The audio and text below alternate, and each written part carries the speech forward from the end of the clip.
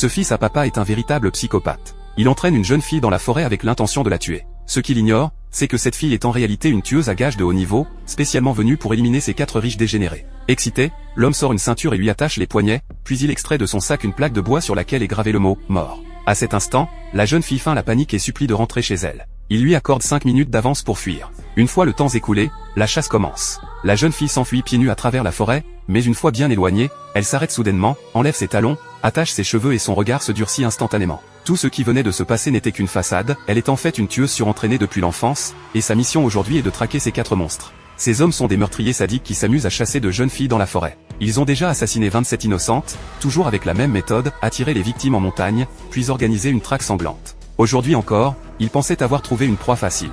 Mais cette fois, c'est elle qui est venue pour venger toutes ces jeunes filles disparues. Dès le départ, elle s'est fait passer pour une fille fragile afin de tromper leur vigilance. Lors d'un jeu de « action ou vérité », les hommes lui demandent de participer et elle accepte en leur tendant une bouteille d'eau. En réalité, elle y avait préalablement versé une drogue hallucinogène qui fait surgir les pires cauchemars de celui qui la boit. Le jeu de chasse peut maintenant commencer. Sa première cible est un homme armé d'une hache, un sadique imprévisible et cruel. Sous l'effet de la drogue, il commence à voir des hallucinations, il est terrifié par une tête de panda géante, son plus grand cauchemar. Paniqué, il recule sans cesse. La jeune fille en profite pour lui arracher la hache et lui plante violemment dans la poitrine, éliminant ainsi sa première proie. Sa deuxième cible est Rock.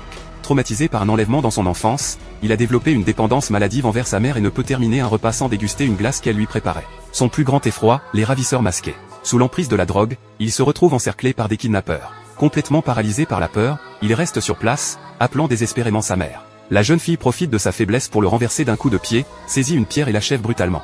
2 de moins. La troisième cible est le plus lâche du groupe, obsédé par la peur d'être trahi par sa petite amie. Dans son délire, cette trahison devient réalité. La jeune tueuse le plaque au sol et l'étrangle sans pitié. Il ne reste plus que le chef. Ce dernier commence enfin à réaliser que quelque chose cloche. Il découvre les cadavres de ses complices et, face à la brutalité des scènes, il ressent un frisson d'excitation. Pour lui, ce jeu devient de plus en plus amusant. Guidé par les traces laissées par la tueuse, il arrive jusqu'au bord d'un lac.